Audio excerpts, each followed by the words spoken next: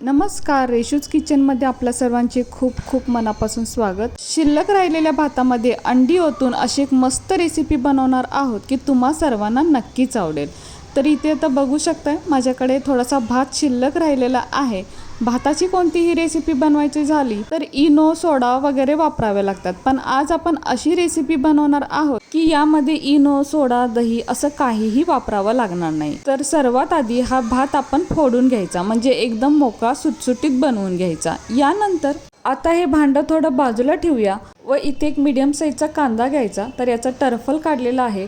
आता याचा मुळाचा भाग आणि देठाचा भाग काढून टाकूया, त्यामुळे चिरतानाच कांदा थोडा सुट्टा सुट्टा होतो। आता कांदा आपण इथे आपल्या आवडीप्रमाणे चिरून घेऊ शकतो, म्हणजे मोठा किंवा बारीक, पण मी इथे आता मीडियम साईजमध्ये चिरून घेते। आणि कांदा पहा चिरतानाच इथे थोडा सुट्टा सुट्टा होतो। आता यानंतर मी इथे अर्धा टोमॅटो घेतलेला आहे। छोटा असेल तर आपण पूर्ण एक टोमॅटो घेतला तरीही चालेल। आता यामधल्या बिया काढून टाकायच्या, कारण त्या आपल्या आरोग्यासाठी चांगल्या नसतात। यानंतर टोमॅटोसुद्धा आपण आपल्या आवडीप्रमाणे चिरून घेऊ शकतो, पण शक्यतो मी इथे टोमॅटो बारीकच चिरून घेते। यानंतर कढीपत्त्याची काही पाने घ्यायची, तर कढीपत्त्याची पानेसुद्धा बारीक चिरून घ्यायची, कारण मोठा कढीपत्ता खाल्ला जात नाही, पण पाने चिरून घेतली तर मात्र तो खाल्ला जातो। यानंतर 3 हिरव्या मिरच्या घ्यायच्या, देठं काढायची आणि मिरच्या बारीक मोठ्या आपल्या आवडीप्रमाणे चिरून घ्यायच्या। त्यानंतर थोडीशी कोथिंबीरसुद्धा घ्यायची, कोथिंबीरसुद्धा इथे छान अशी बारीक चिरून घ्यायची। आता आपण हे थोडं बाजूला ठेवूयात व इथे एक मोठा बाऊल घ्यायचा व यामध्ये जो भात आपण मोकळा सुटसुटीत करून ठेवलेला आहे तो यामध्ये घालायचा। यानंतर इथे एक बाऊल घ्यायचा व यामध्ये आता आपल्याला अंडी फोडून घ्यायची आहेत। तर मी इथे 2 अंडी फोडून घेतलेली आहेत। यानंतर आपल्याला या शिल्लक राहिलेल्या भातामध्ये ओतायचे आहेत। आता यानंतर एका चमच्याने किंवा काटे चमच्याने किंवा विस्कचा सुद्धा आपण इथे वापर करू शकतो, हे चांगलं मिक्स करून घ्यायचं आहे। आता हे चांगलं मिक्स झाल्यानंतर यामध्ये एक छोटा चमचा जिरे, 2 ते 3 कापलेल्या हिरव्या मिरच्या, कट केलेली कढीपत्त्याची पाने, एक मीडियम साईजचा कांदा व टोमॅटोसुद्धा घालायचा आहे। त्यानंतर बारीक चिरलेली कोथिंबीर व थोडासा पुदिनासुद्धा घालायचा। तर पुदिना घालणं अगदी ऑप्शनल आहे, पण पुदिन्याने टेस्ट खूपच छान होते, म्हणून पुदिना घातलेला आहे। यानंतर 2 चमचे बेसन, छोटा पाव चमचा हळद व आता बेसन आहे तर छोटा अर्धा चमचा हिंगसुद्धा घालायचा। तसेच एक छोटा चमचा गरम मसाला व चवीपुरते म्हणजे अर्धा चमचा मीठ घालायचं। आता घातलेलं सर्व साहित्य यामध्ये चांगलं मिक्स करून घ्यायचं। हवं तर यामध्ये थोडंसं धनापूड व जिरापूड जरी वापरलं तरी अजूनच टेस्टी बनेल। त्याचप्रमाणे आपण इथे लाल तिखट नाही वापरलेलं आहे, कारण आपण इथे हिरव्या मिरच्या वापरलेल्या आहेत।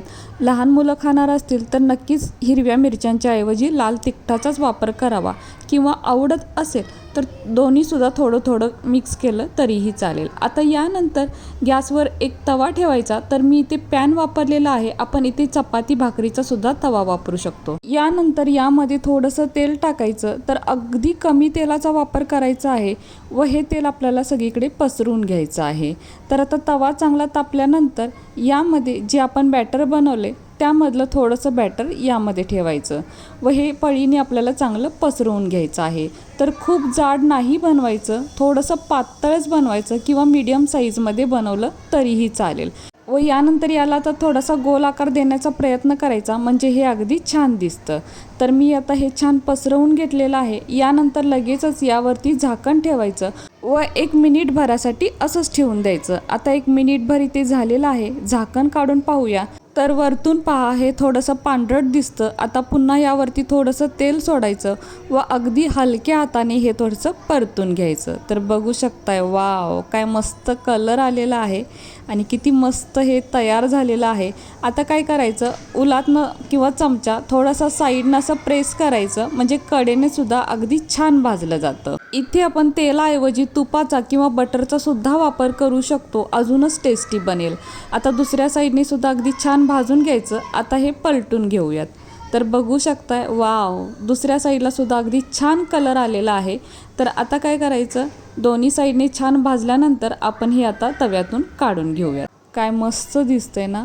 आता इथे आपण अजून एक बनवून घेऊया। तर आता दुसऱ्या वेळेला तेलाची गरज लागतच नाही, पण वापरायचंच असेल तर अगदी कमी तेल वापरायचं व यानंतर यामध्ये आता हे मिश्रण ठेवायचं आणि पळीने किंवा चमच्याने असं थोडंसं पसरवून घ्यायचं।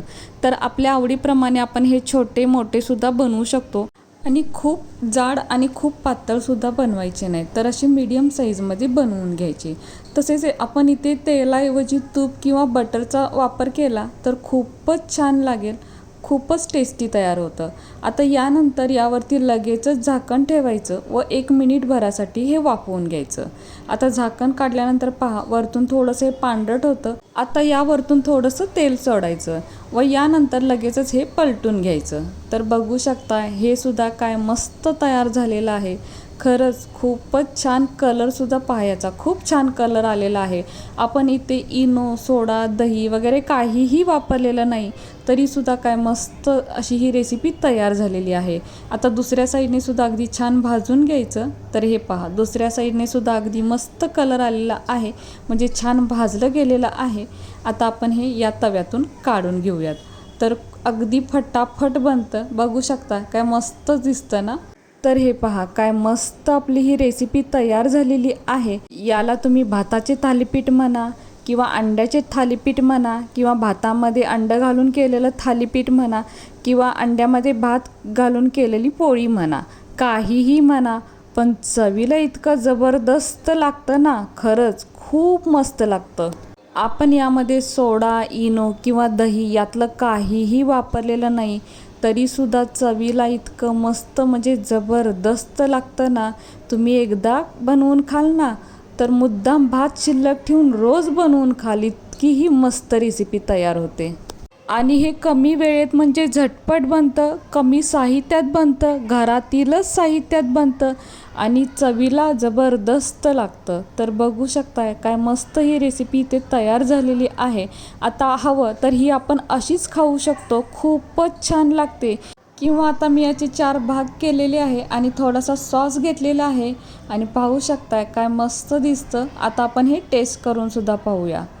वाव, कमाल, खरंच खूप छान, खूपच मस्त लागते. तुम्ही एकदा नक्की करून पहा, म्हणजे याची चव तुम्हाला सुद्धा कळेल. शिल्लक राहिलेल्या भातापासून बनवलेलं आहे, हे कळणार सुद्धा नाही, इतकं जबरदस्त लागतं. अगदी लहानांपासून मोठ्यांपर्यंत सगळे आवडीने मागून खातील.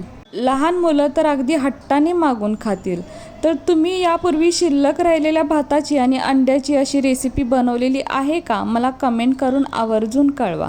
आणि कशी वाटली तुम्हाला ही आजची रेसिपी जर तुम्हाला आवडली असेल तर आपल्या माणसांसोबत नक्की शेअर करा. आणि हो, व्हिडिओ जर तुम्हाला आवडला असेल तर प्लीज आपल्या या व्हिडिओला एक लाईक नक्कीच करा. नवीन असाल तर चॅनलला सबस्क्राईब करा, सोबत बेल आयकॉन प्रेस करा, म्हणजेच मी बनवलेले असेच नवनवीन रेसिपी सर्वात आधी तुम्हाला मिळतील. आता पुन्हा भेटू अशाच एका नवीन रेसिपी सोबत.